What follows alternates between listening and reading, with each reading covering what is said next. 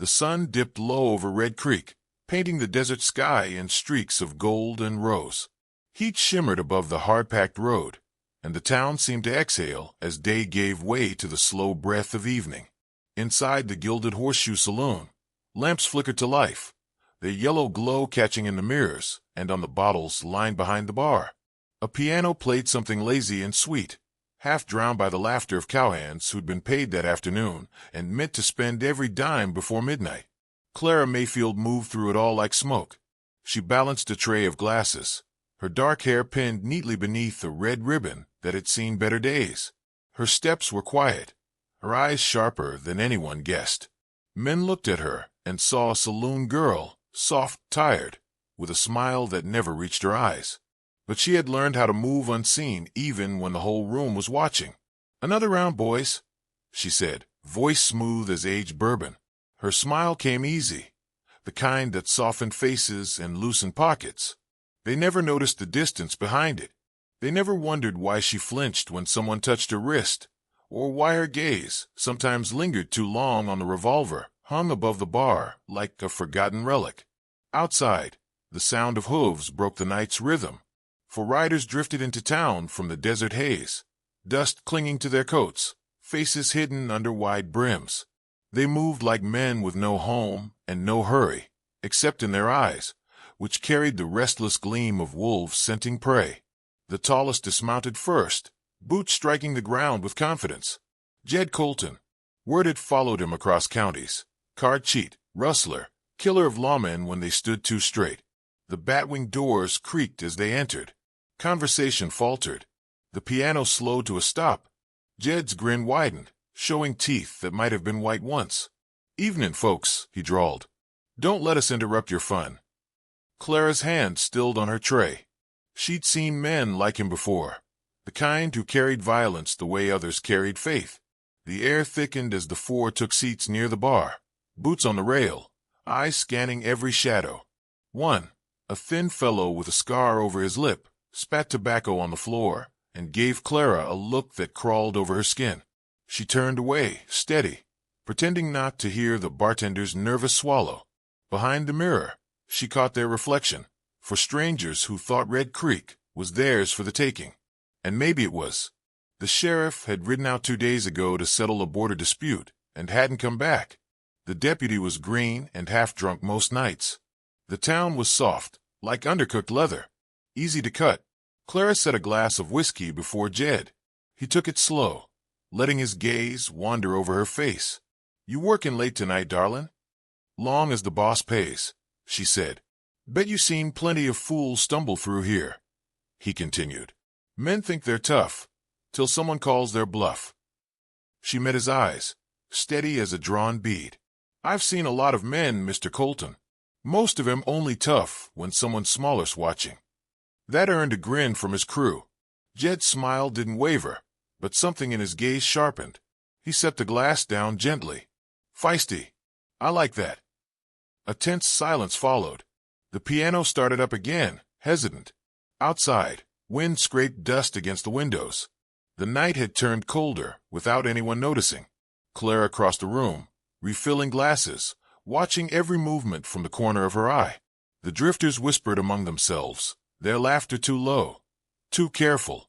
She caught snatches of words: back door, strongbox, 11:30. Her pulse quickened, but her face stayed still. In her mind, the old lessons stirred like ghosts. Count their hands. Reese had taught her. Watch the eyes. Eyes tell you before guns do. The name pressed at her chest like an old wound. Reese Dalton. Some called him the devil of Dry Creek. Others, a hero of lost causes. To Clara, he was both and more. Jed rose from his chair, brushing dust from his coat. "All right, boys," he said. "Let's settle accounts." The room froze. The bartender's hand hovered near the cash drawer. Clara's eyes narrowed. Jed wasn't talking about his tab. "Don't do this," she said quietly. Jed looked at her as if surprised she'd spoken. "What's that, sweetheart?" "You don't want to rob this place. Not tonight." Laughter broke the tension. "You planning to stop us?" One of them sneered. She didn't answer, just stepped backward, slow, deliberate. until her heel touched the brass footrail of the bar. Her reflection stared back at her from the mirror. Steady eyes, calm mouth, the faint shimmer of a scar peeking from beneath her sleeve. The memory flashed sharp as gunfire.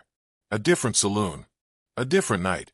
Men shouting her name as bullets flew, and Reese fell bleeding in her arms.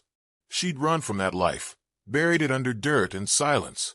But tonight the past had ridden back to town wearing Jed Colton's grin. The drifters spread out. One blocked the door. Another moved toward the stairs where the owner kept the safe.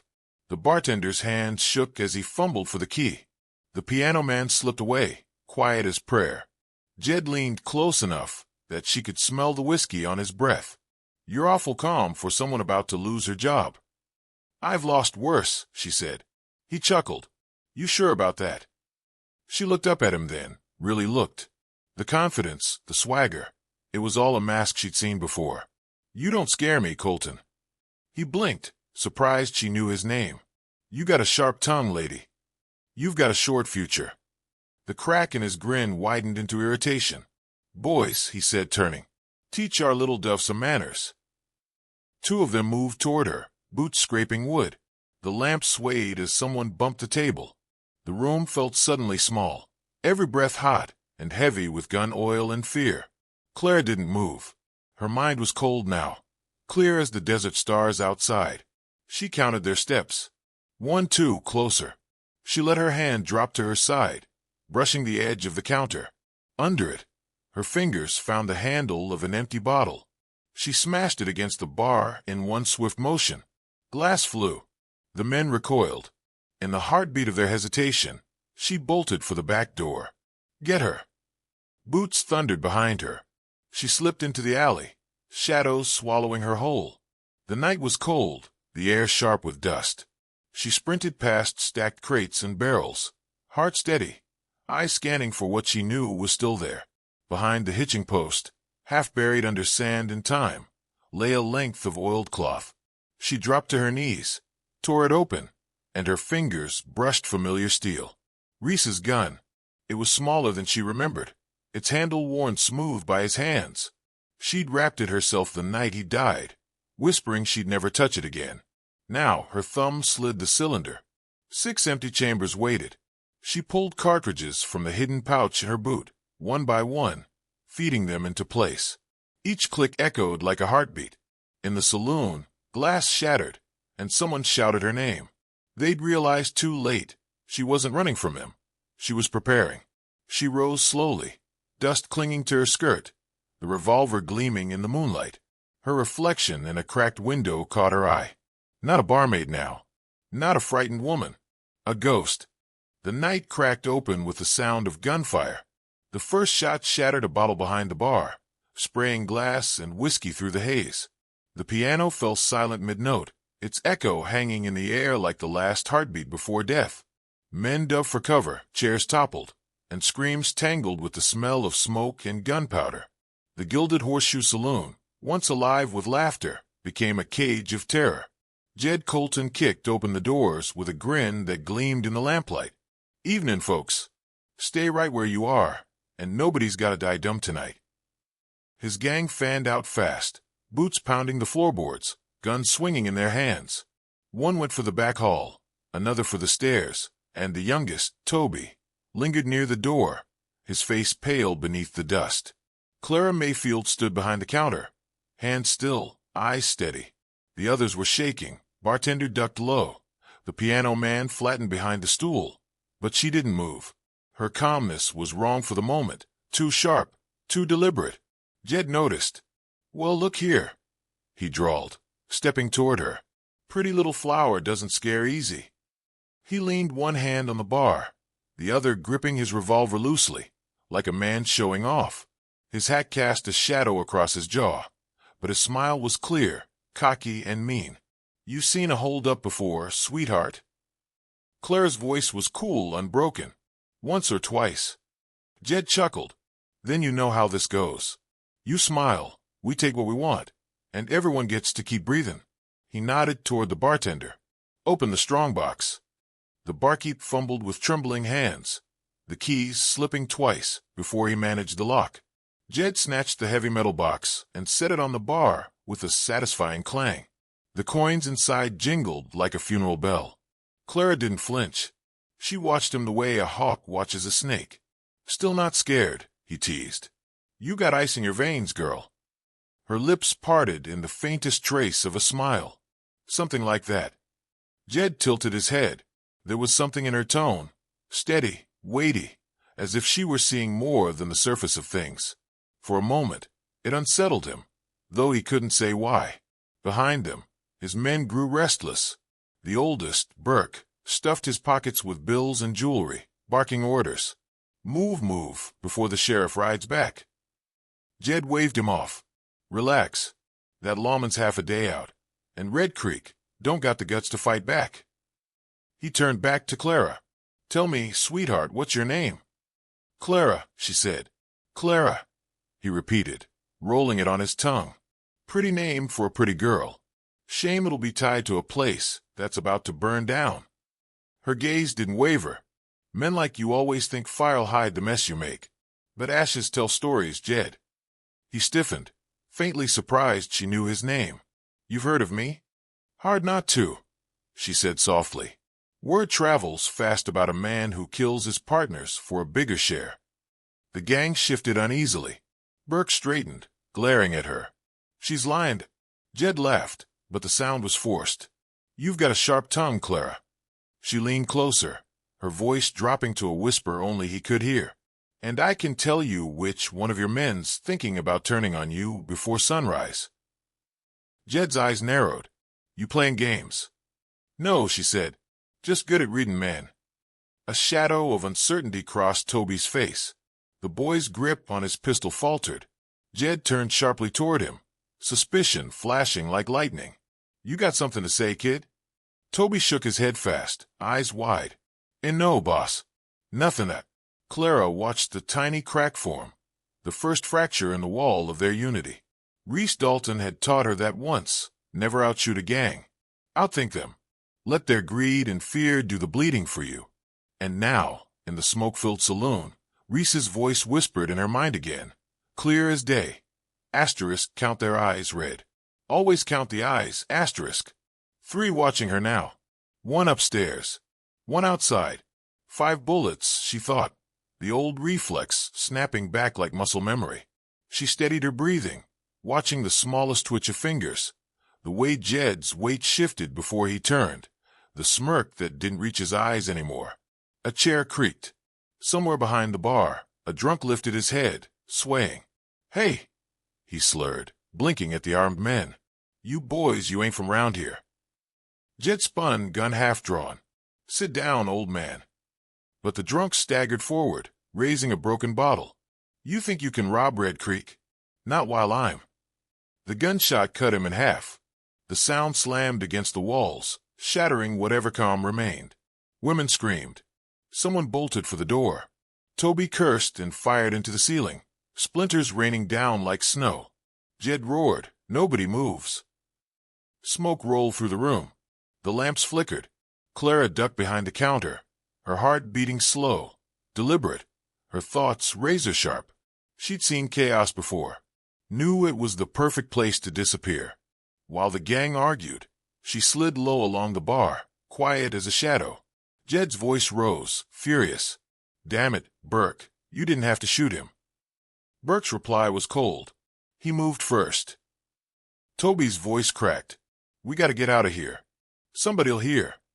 "They'll hear plenty if you don't shut up."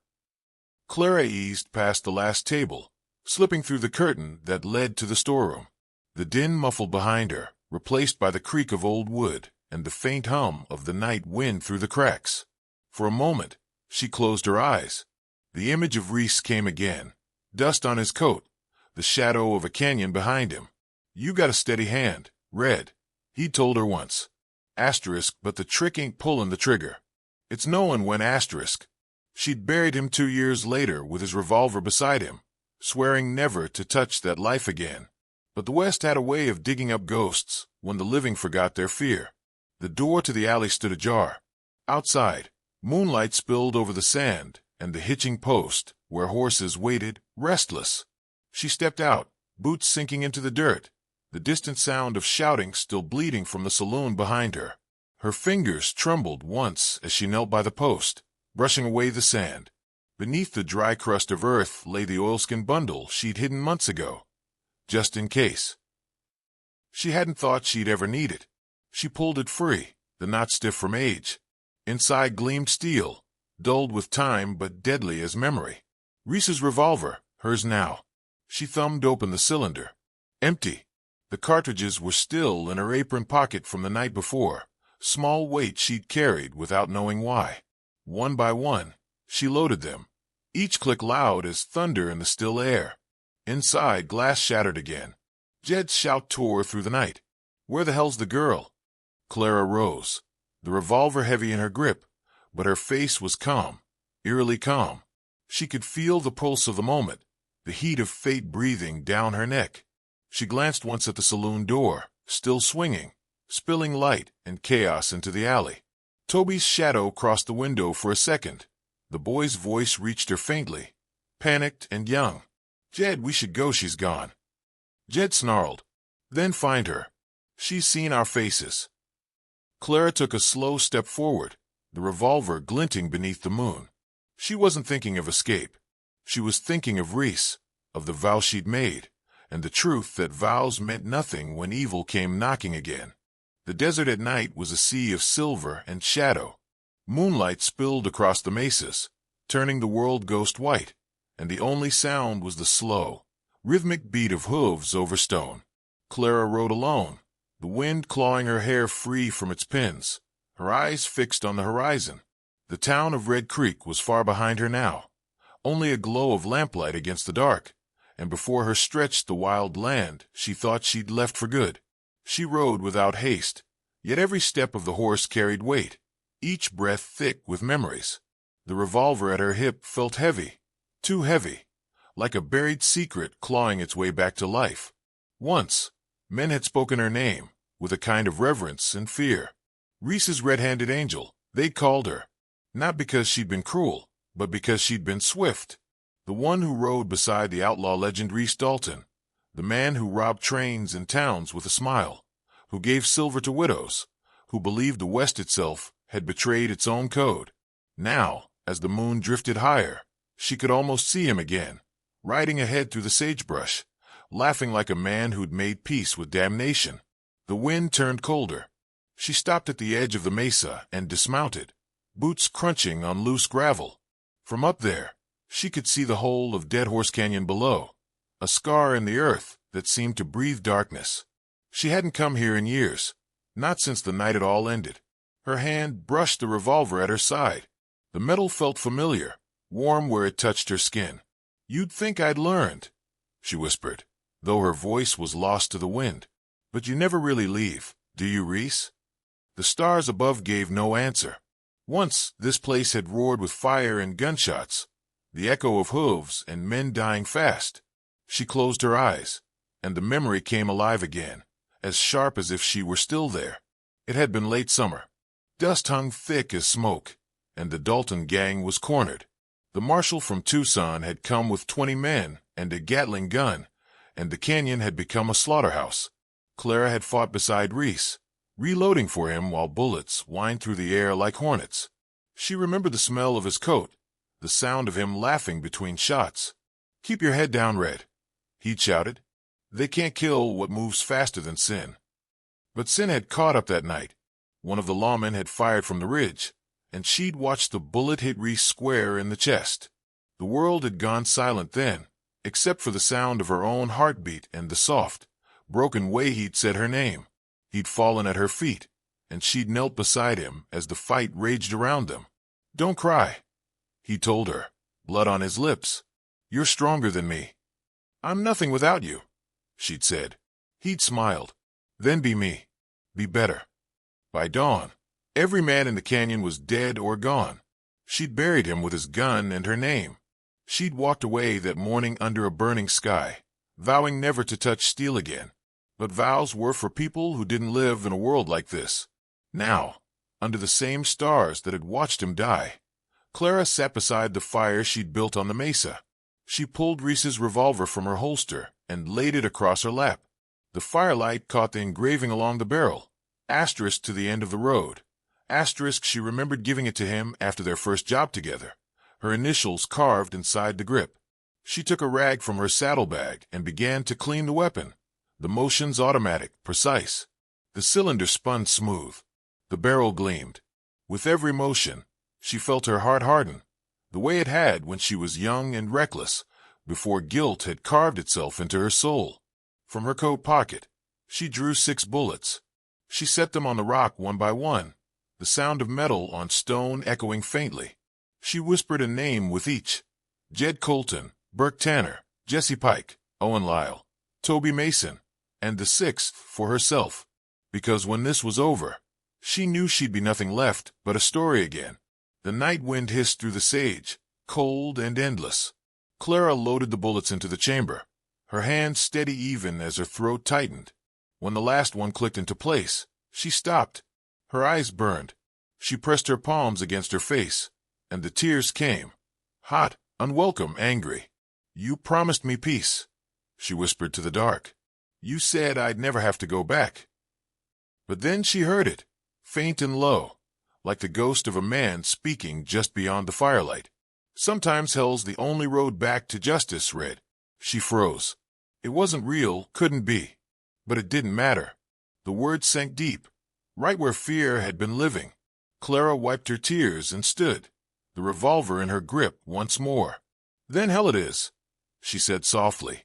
She doused the fire with sand and turned toward the desert. Her horse snorted quietly as she mounted, and together they moved down the rocky trail toward the lowlands where the drifters had gone.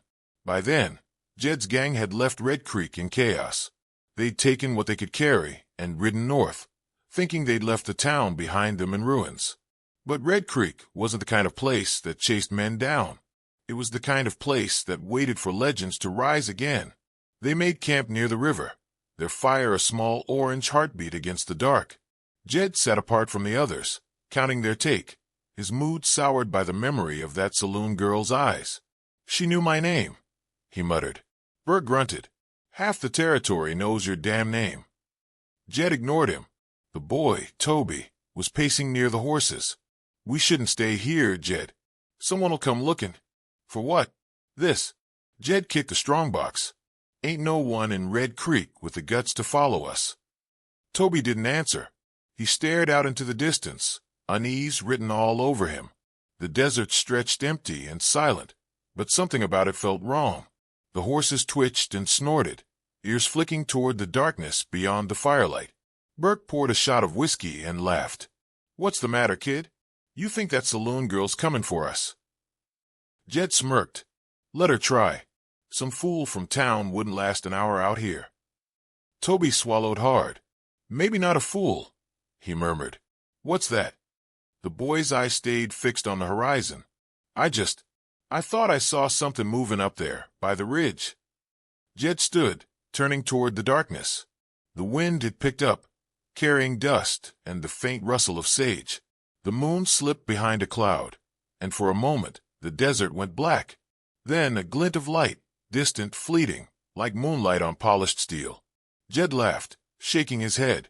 "You're jumping at ghosts, boy." But out beyond the fire's reach, half a mile away, a lone figure watched from the shadows. A woman on horseback, her coat flaring in the wind, her revolver gleaming in her hand. Clara Mayfield didn't breathe. She just watched. The ghosts of her past had come back to life in front of her, and now it was her turn to ride with them again. She turned her horse slightly, keeping to the dark, her eyes fixed on the flames below. Jed poured another drink, still laughing. "Ghosts, huh? Hell, I killed all my ghosts years ago." In the distance, Clara whispered into the cold. "Then you missed one." The wind carried her words away, but the desert heard them, and somewhere deep in the silence, justice began to move. Dawn crept over the desert like a slow-burning flame. The sky blushed pink, then bled into gold, and the land below shimmered under the heat that had yet to arrive. Clara rode in silence, her horse breathing steady beneath her, hooves whispering across the sand. The tracks were easy to read, 4 horses, heavy with loot and exhaustion. cutting north through the scrublands toward Devil's Hollow. She knew that route like the lines on her own palm. It was the same trail she'd taken years ago with Reese Dalton, back when they believed the West could still be tamed by courage and a gun. Now, that same path led her toward men who didn't understand what kind of ghost they'd stirred from the dust. She dismounted near a cluster of mesquite trees and crouched low, brushing her fingers along the ground.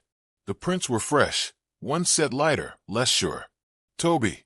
The boy's horse was tiring. She followed for another mile before she spotted him, slumped against a rock, canteen empty, fear carving lines into his young face. He didn't even hear her approach until her shadow fell across him.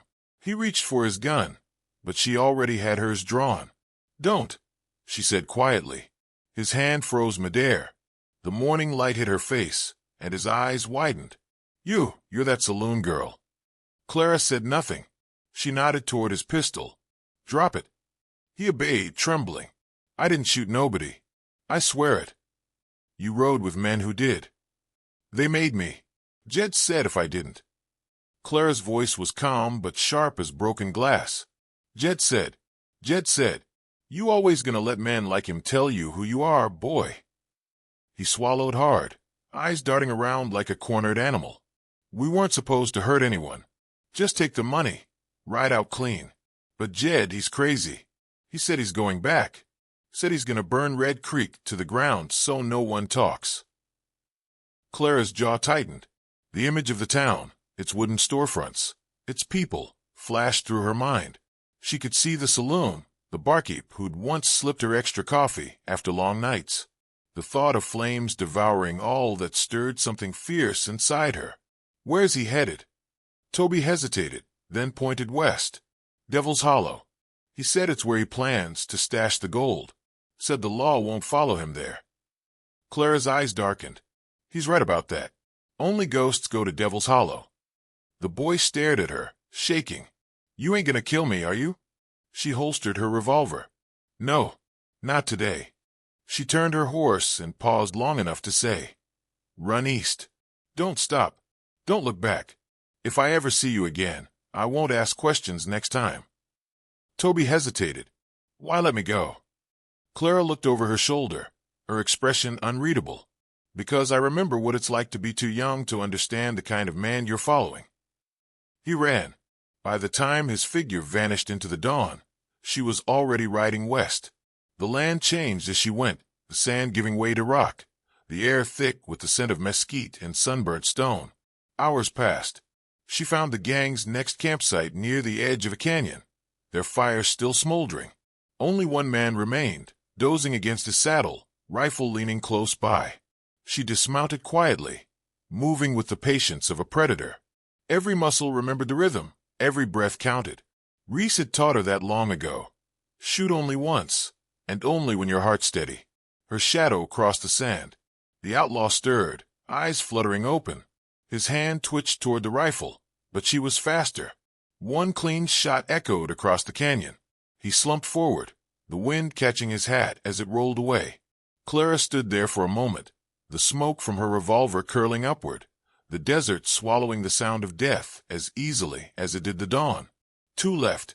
Somewhere beyond the rocks, Jed's laughter carried faintly through the wind. He didn't sound afraid, just angry. She holstered the gun and mounted up again. As the sun climbed higher, the air shimmered with heat, distorting the horizon into a mirage. She could feel the tension tightening in the world, a string pulled taut between her and the man she was hunting. Jed Colton was no fool. By midday, he'd realized the truth. He and Burke stood at the canyon rim, squinting into the glare. "Tracks again," Burke muttered. "Someone's following us." Jed spat into the sand. "Yeah, I know who." Burke frowned. "You think it's the sheriff?" Jed's grin was all teeth. "Sheriff don't move like that. Whoever it is, they're good. Too good." He turned, scanning the ridges. "She's one of us, Burke. Knows every trick we do." Burke laughed. "What, the saloon girl?" "Don't make me laugh, Jed." Jed's eyes narrowed. "You didn't see her eyes. That woman's killed before. I know the look." Burke shrugged, but his hand drifted to his gun belt all the same. "So what now?" Jed kicked dirt over the fire. Now we stop running. Let her come. We'll finish this before nightfall. The sun burned mercilessly overhead. Sweat trickled down Clara's neck as she rode, every sense on edge. She saw vultures circling far above, a dark omen against the pale sky. The wind picked up, carrying with it a faint taste of dust. Then the world changed. The first gust hit like a slap. Sand rose in twisting columns, blurring the horizon. Within minutes, the desert vanished into a storm of red and gold, a living wall of grit and fury. Horses screamed and bolted. The wind howled through the canyons, turning sound into chaos. Clara pulled her scarf over her face and pressed low in the saddle, guiding her horse by memory. The world was blind now, no sight, only instinct. The storm swallowed everything, but in its heart, she moved like a spirit made of smoke and vengeance. Lightning split the sky in a crooked line, and for a heartbeat, she saw them, two riders struggling to stay upright against the wind. She spurred her horse, closing the distance. Burke turned, eyes wide, sand whipping his face. Jed, behind us. He raised his rifle, but the storm stole his aim. Clara's shot was a whisper in the roar, a single flash, then silence. Burke fell, swallowed by the sand. Jed looked back, rage twisting his face. You, he shouted. But the wind tore the word away. She pressed on, relentless. The storm raged between them, but she could feel him, close now, desperate, cornered. By dusk, the sand began to settle. The storm drifted east, leaving behind a land reshaped by its passing. The sun hung low and red, bleeding light into the canyons. Clara reined in her horse at the edge of Devil's Hollow. Jed was there, his horse lathered and trembling, his eyes burning with defiance. The wind tugged at his coat as he turned to face her, revolver drawn. Well, hell, he said, breathless. I guess the stories were true. You really ain't just a saloon girl. Clara's voice was soft, carried by the dying wind. No, I'm what comes after. Jed laughed, though there was fear behind it. You think you can scare me with ghost stories? You should be scared, she said. You're standing where he died. He frowned. Who? Reese Dalton. Recognition flickered in his eyes, then disbelief. That old outlaw. You. She drew her revolver, the steel gleaming like moonlight on water. He taught me everything you're about to learn the hard way. The canyon held its breath. The wind stilled. The world narrowed to two shadows at the edge of a cliff, one chasing vengeance, the other running out of places to hide.